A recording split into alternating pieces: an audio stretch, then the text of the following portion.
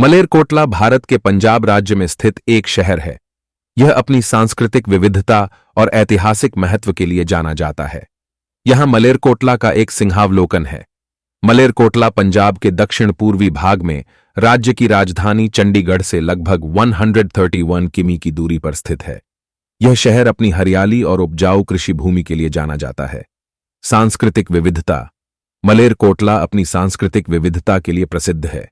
यहां बहुसंख्यक मुस्लिम आबादी है और शहर में सांप्रदायिक सद्भाव का एक लंबा इतिहास रहा है।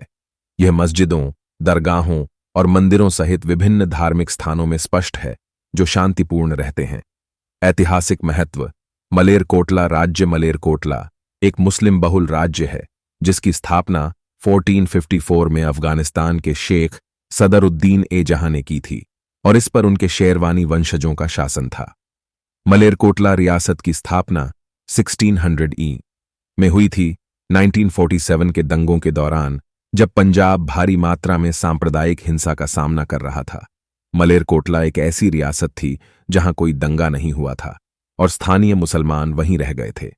सांप्रदायिक सद्भाव की जड़ें 1705 में मिलती हैं, जब 10वें सिख गुरु गोबिंद सिंह के 9 और 7 वर्षीय पुत्र जोरावर सिंह और फतेह सिंह को सरहिंद के गवर्नर वजीर खान ने जिंदा शहीद करने का आदेश दिया था। जबकि दरबार में मौजूद मलेरकोटला के नवाब शेर मोहम्मद खान ने इस कार्रवाई का कड़ा विरोध किया और कहा कि यह कुरान और इस्लाम के सिद्धांतों के खिलाफ है।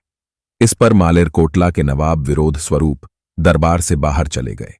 इस वजह से 10वें गुरु गोबिंद सिंह ने नवाब और मलेरकोटला के लोगों को आशीर्वाद दिया कि यह शहर शांति और समृद्धि में रहेगा। इस अधिनियम की मान्यता में मलेरकोटला रियासत को भारत के विभाजन के दौरान महत्वपूर्ण नुकसान नहीं उठाना पड़ा, जिसके कारण पूरे पंजाब में सांप्रदायिक हिंसा फैल गई थी। ब्रिटिश औपनिवेशिक शासन के तहत नाम मात्र के विद्रोह को दबा दिया गया था और औपनिवेशिक सरकार ने पकड़े गए 65 विद्रोहियों और विद्रोह में शामिल लोगों को फांसी देने का आदेश दिया था। कावन, लुधियाना के डिप्टी कमिश्नर और फोर्सिथ, अंबाला के कमिश्नर ने 17 और 18 जनवरी 1872 को हमनामों को बिना मुकदमा चलाए तोप से शहीद करने का आदेश दिया। भारत के विभाजन के समय मलेरकोटला रियासत के किसी भी हिस्से में कोई दंगा या रक्तपात नहीं हुआ। मलेरकोटला के आखिरी न अब इफ्तिखार अली खान ने अशांत काल के दौरान शांति और सद्भाव बनाए रखा। वह भारत में ही रहे और 1982 में उनकी मृत्यु हो गई। उनकी कब्र मलेरकोटला के सरहंदी गेट स्थित शाही कब्रिस्तान में स्थित है। कई लोग इस शांति का श्रेय सूफी संत बाबा हैदर शेख की दरगाह की उपस्थिति को भी देते हैं, जिन्होंने 500 साल पहले मलेरकोटला शहर की स्थापना की थी। शेख सदर उद्दीन शेरवानी के शासक परिवार का एक हिस्सा पाकिस्तान चला गया और ज्यादातर मॉडल टाउन लाहौर, मुजफ्फरगढ़, खानगढ़ में रहता था। मलेरकोटला की अर्थव्यवस्था मुख्य रूप से कृषि प्रधान है, जो गेहूं, चावल, गन्ना और सब्जियों जैसी फसलों की खेती पर केंद्रित है। यह क्षेत्र अपने हौजरी और कपड़ा उद्योगों के लिए भी जाना जाता है। मलेरकोटला में कई स्कूल और कॉलेज हैं, जो छात्रों को शैक्षिक अवसर प्रदान करते हैं। शहर में एक पॉलिटेक्निक कॉलेज भी है, जो तकनीकी शिक्षा प्रदान करता है। मलेरकोटला विभिन्न धार्मिक स्थानों का घर है, जिनमें ऐतिहासिक मलेरकोटला किला, जामा मस्जिद, गुरुद्वारा बुर्ज साहिब और कई मंदिर शामिल हैं, जो इसकी विविध आबादी की आध्यात्मिक जरूरतों को पूरा करते हैं। शहर में ईद, दिवाली और गुरु पर्व सहित विभिन्न सांस्कृतिक और धार्मिक त्योहार मनाए जाते हैं।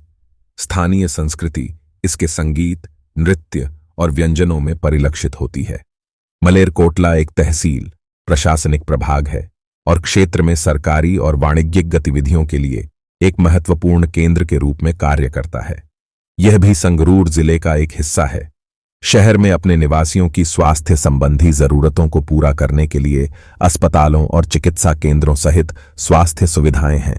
मलेरकोटला सड़क मार्ग से अच्छी तरह से जुड़ा हुआ है और यात्रियों और माल दोनों के लिए पारगमन केंद्र के रूप में कार्य करता है। इसकी पंजाब के अन्य शहरों और पड़ोसी राज्यों के साथ अच्छी सड़क कनेक्टिविटी है। मलेरकोटला की सांस्कृतिक विविधता, ऐतिहासिक महत्व और समुदाय के प्रति प्रतिबद्धता इसे पंजाब का एक अनूठा शहर बनाती है। इसके समृद्ध इतिहास और विभिन्न समुदायों के शांतिपूर्ण सह अस्तित्व ने इसे भारत की सांस्कृतिक परंपरा में एक विशेष स्थान दिलाया है। यदि आपके पास कोई विशिष्ट प्रश्न है या मालेरकोटला के किसी भी पहलू के बारे में विस्तृत जानकारी की आवश्यकता है तो कृपया बेझिझक पूछें।